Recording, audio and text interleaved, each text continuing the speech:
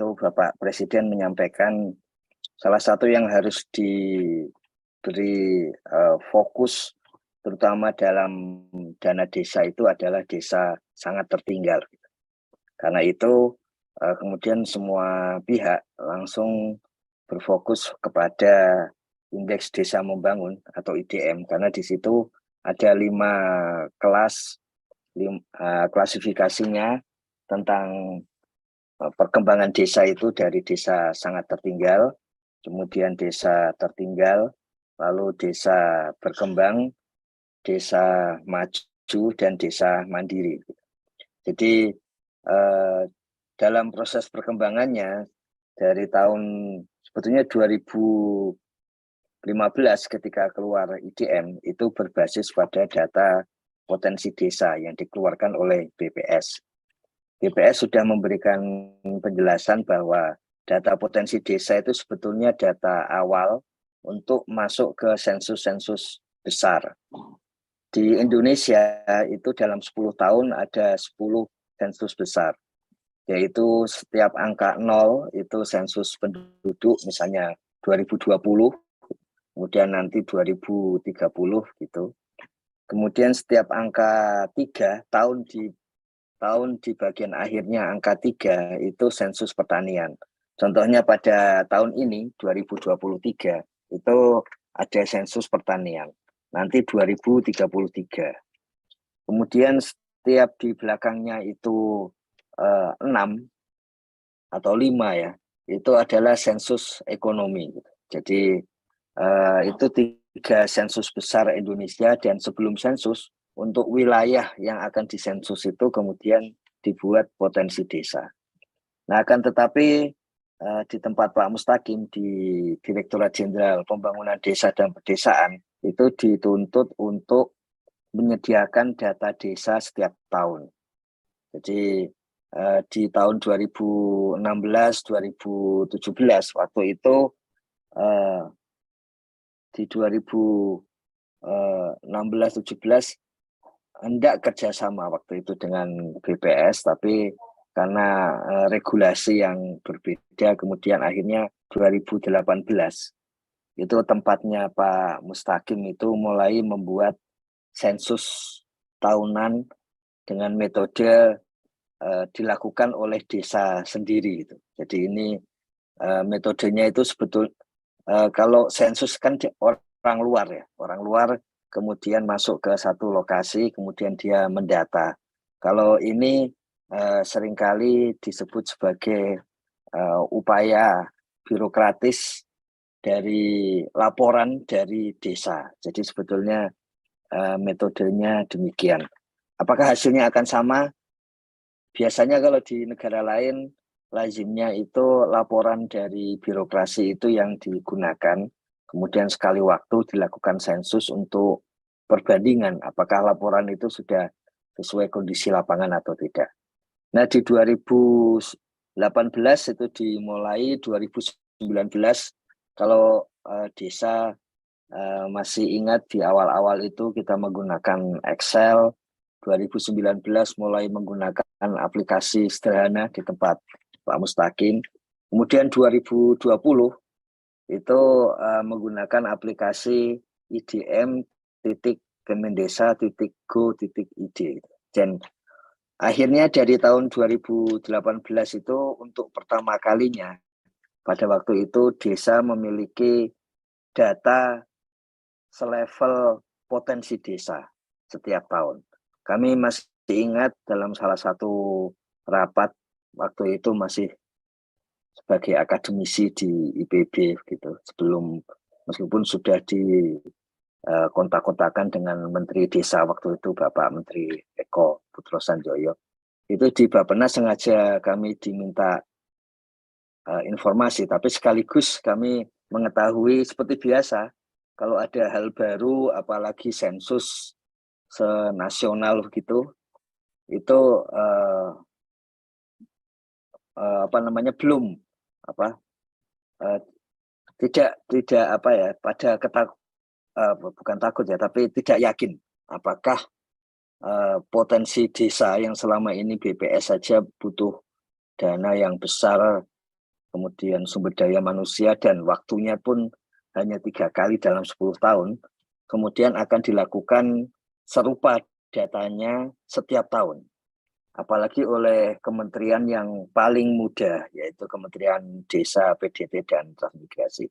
Tapi timnya Pak Mustaqim sejak 2018 itu bisa melakukan itu. Dan waktu itu kami ingat bahwa tidak ada anggaran secara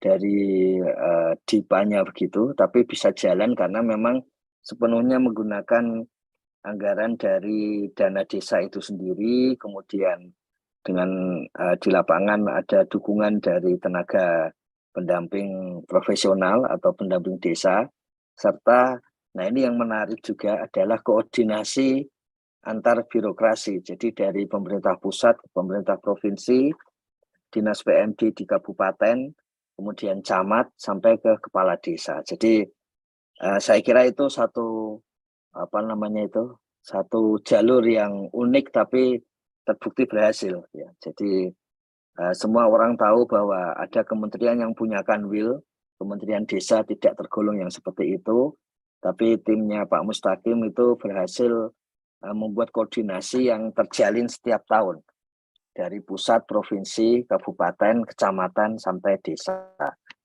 Akhirnya kemudian bisa memunculkan data itu setiap tahun, sehingga sekarang kalau kita hidup di zaman 1, 2, 3 tahun terakhir, seperti biasa desa punya data tahunan. Padahal sebelum tahun 2018 itu nggak pernah punya seperti itu. Ya. Dan jangan lupa kita sudah mengetahui dari tahun lalu bahwa kepala desa itu ternyata tidak sepenuhnya mengetahui data IDM, sehingga tidak mendownload hasil dari IDM. Sehingga itu saya kira itu salah satu yang harus kita sampaikan ke desa, bahwa setelah data terkumpul supaya di-download dan kemudian menjadi, kalau selama ini monografi desa itu seringkali disampaikan para akademisi, datanya kok dulu-dulu saja gitu. Sebetulnya sekarang datanya sudah bisa setiap tahun. Bahkan dari 1-2 Pemda itu sudah menggunakan data yang sama, data IDM itu untuk mengisi profil desa. Jadi memang seharusnya begitu saja. Ya, jadi silakan digunakan. Nah, ada hal-hal yang baru di tiap tahun. Saya mendeteksi kalau Pak Mustaqim ini kan salah satu birokrat yang inovatif gitu. Jadi selalu ada perubahan tiap tahun, penambahan. Saya usulkan ke Pak Mustaqim, memang kuesioner yang sudah ada itu jangan dihapus, tapi ditambah boleh. Kenapa begitu? Itu pengalaman ketika kita menggunakan PODES. Saya punya dokumen PODES dari tahun 95 sampai yang terakhir ini tahun 2020 ya, 2021. Itu pertanyaannya berubah-ubah sesuai dengan kondisi lapangan, kecuali jenis pertanyaan yang digunakan untuk membedakan perkotaan dan pedesaan. Misalnya dulu ada penyewaan VCD, sekarang jadi tidak ada. Padahal di lapangan itu ya tetap ada seperti itu, tapi jumlahnya sedikit. Jadi memang idenya IDM itu kuesioner PODES yang dikuatkan dengan kebutuhan-kebutuhan dari berbagai kementerian. Gara-gara hasil itu, misalnya kalau kita baca PODES sejak tahun 2018 ya, 2021 ya, kayaknya 2018 itu kalau kita beli PODES khusus BUMDes dan APBDes itu disebut supaya menggunakan data dari Kementerian Desa. Itu satu tanda awal waktu itu ya, bahwa kesepakatan antara kementerian dan lembaga kalau sudah disiapkan oleh kementerian, maka kemudian hal-hal yang sifatnya sensus dikembalikan. Nah, untuk yang baru ini kenapa agak lama dari sisi teknis di tempat kami itu, kami kemarin cek ini Pak Mustaqim, jadi Staf saya sepertinya pertama salah paham. Waktu itu tahun lalu bertanya ke PDP apakah akan ada tambahan, perbaikan dan sebagainya. Kemudian dijawab ya cuman beberapa kuesioner. Karena itu kemudian dikira tidak ada perubahan, cuman sedikit begitu. Sekarang di Indonesia itu setiap kali kita melakukan perbaikan terhadap aplikasi itu perlu mendaftar atau mendapatkan clearance atau izin dari Kementerian Kominfo dan Kementerian PAN dan Reformasi Birokrasi. Jadi, nah izin itulah yang kemudian jadi agak lama karena izin itu sebetulnya izinnya sih relatif cepat ya, 1,5 bulan atau 2 bulan keluar gitu. Seandainya kita sampaikan izin tahun lalu, maka sejak awal Januari itu perbaikan aplikasi bisa dilakukan. Tapi karena ada salah komunikasi gitu, maka izin baru disampaikan di awal tahun ini, Januari apa awal Februari kalau nggak salah, mungkin Januari akhir. Nah akibatnya kemudian memang anggaran itu baru boleh dikeluarkan pada hari-hari ini. Dan di dalam BPK itu aturannya belum ada anggaran tidak boleh ada itu karena tidak masuk akal, nggak ada anggarannya kalau tidak ada perbaikan. Ke depan karena itu kami melatih para di antara staf-staf kami sehingga untuk hal-hal yang sifatnya sudah mulai mendalam pun bisa dijalankan sendiri. Kiranya seperti itu. Dan terakhir kemarin aplikasi ini sudah selesai kami cek pada hari Rabu, semuanya sudah selesai. Waktu itu kami sampaikan sesuai arahan Bapak Menteri Desa, PDT dan Transmigrasi, sesuai Peraturan Menteri Desa nomor 21 2020 itu, bahwa data by name by address itu milik desa. Karena ini ada tambahan di dalam IDM itu, kami waktu itu bertiga, Pak Menteri, saya dan Pak Dirjen Sugito itu bahwa itu harus di khusus privilege untuk desa, ya. Dan yang kedua privilege untuk super admin kalau ada kebutuhan. Nah karena itu ada sedikit perbaikan dan ternyata sudah selesai pada hari Jumat malam, ya. Jadi sekitar hampir tengah malam saya mendapat info sudah selesai, kemudian langsung menjelang pagi saya infokan ke Pak Mustaqim dan Pak Dirjen. Kemudian Pak Mustaqim mengatakan sebetulnya kami rencana Kamis, tapi karena selesainya Jumat maka Sabtu langsung ada pertemuan. Dan setelah itu banyak WA masuk mengenai hal-hal yang sifatnya teknis. Nah karena hal-hal sifatnya teknis ini ada dua, teknis yang sifatnya data. Pertanyaan ini Pak Mustaqim, remaja mulai tahun berapa sampai tahun berapa? Sebetulnya buat saya sudah nggak relevan sih, karena umur saya sudah tua, tapi pertanyaan yang banyak seperti itu. Kemudian kebijakan stunting, kalau itu diisi semua kenapa lebih dari 100? Sebetulnya juga nggak apa-apa lebih dari 100, tapi hal-hal seperti itulah yang kiranya tidak ada yang berwenang untuk menjawab kecuali di Dirjen PDP, dan kami sudah minta izin kepada Pak Dirjen agar Pak Mustaqim berkenan dan diperbolehkan untuk menyampaikan jawaban-jawaban itu. Kiranya itu, Gus. Kemudian ada hal yang mungkin menarik. Seingat saya Pak Mustaqim pernah menyampaikan pengisinya ternyata 90%-an itu para tenaga pendamping profesional, dan kemudian di dalam aplikasi ini khusus APBD itu terkoneksi ke Monef Dana Desa. Dan saya masih ingat dalam rapatnya itu Monef Dana Desa itu juga dalam proses ini terkoneksi ke DRP. Jadi kalau ada hal-hal berkaitan Monef Dana Desa, DRP akan memberikan notifikasi, kemudian tidak bisa menyelesaikan atau tidak ada isian APBDes di dalam IDM karena itu harus diisi di Monef Dana Desa. Monef Dana Desa itu sama, itu juga pada akhirnya dikelola oleh Ditjen Pembangunan Desa dan Pedesaan. Jadi memang ada kebutuhan seperti itu. Kalau kebutuhan dari BPSDM, monef dana desa ke DRP. Jadi karena kebutuhan-kebutuhan lintas aplikasi itulah malah menguntungkan, sehingga aplikasi itu kemudian saling terkoneksi. Kiranya tambahannya seperti itu, Ustadz. Mungkin bisa langsung Pak Mustaqim dan tanya jawab biar bisa selesai. Pada pagi hari ini tim Sapa Desa juga sudah mengirimkan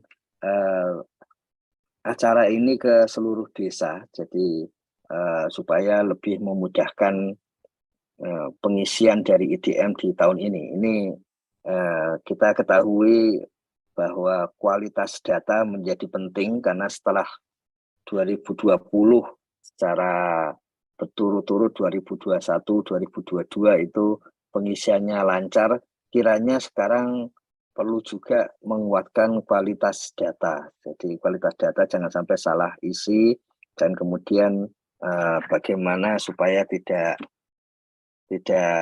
salah juga di dalam di dalam isiannya. Jadi Pak Mustaqim, sekalian saya sampaikan bahwa kita mengirimkan usulan inovasi. Kami juga harapkan seluruh desa kalau punya inovasi daftarkan saja ke Sinovik. Ini bukan buatan saya ini, meskipun namanya hampir sama dengan nama saya. Tapi ini dari Kementerian Pan-RB ya. Memang seringkali tahun ini saja misalnya informasinya sangat mepet gitu. Waktu itu tim kami ada yang menyampaikan ke dua dijen lain, apakah mau menyampaikan dari aspek mekanisme, itu lebih menarik sebetulnya. Tapi karena waktunya mendesak, kemudian dari sisi aplikasi IDM. Kemudian kedua, SDGs desa. Tapi dicoba dibuat seperti itu. Seluruh desa, jadi desa-desa yang inovatif, daftarkan saja. Mungkin ada yang perlu melalui Pemda, mungkin bisa membuat akun sendiri, karena sebagai pemerintahan yang otonom. Jadi ini sebetulnya intinya Kementerian Desa mulai tahun ini itu semua inovasi yang berkaitan dengan desa itu akan diikutkan gitu, supaya lebih tercatat dan lebih terlihat bagaimana inovasi itu sudah terkumpul. Jadi kami usulkan seperti itu ke seluruh desa, baik melalui kepala desa, perangkat desa, BPD, maupun melalui tenaga pendamping profesional. Kemudian kalau kita lihat per pagi hari ini sudah mulai ada yang mengisi. Ya. Ini Pak Mustaqim ini kita lihat di 2023 bahkan sudah ada yang verifikasi ini Pemdanya. Sudah ada 3 yang mandiri, 2 desa maju, 1 desa berkembang. Ini sudah mulai muncul. Kalau kita lihat di bawah ini juga sepertinya sudah mulai kelihatan. Jadi memang mulai penting. Kemudian kita ketahui berkaitan dengan monef dana desa, terutama yang APBDes, itu juga ada peningkatan ke 79,96% di 60.180. Jadi saya kira di tahun ini kita bisa punya target yang sama seperti tahun lalu, yaitu 100% APBDes akan bisa masuk ya, terpenuhi gitu. Dan kita ketahui bahwa bagian-bagian monef DD tadi akan terkoneksi langsung ke daily report pendamping desa. Kiranya itu Ustadz untuk bagian awal, mengingat waktunya biar Pak Mustaqim dan nanti rekan-rekan yang akan bertanya di sini maupun di YouTube bisa lebih tuntas.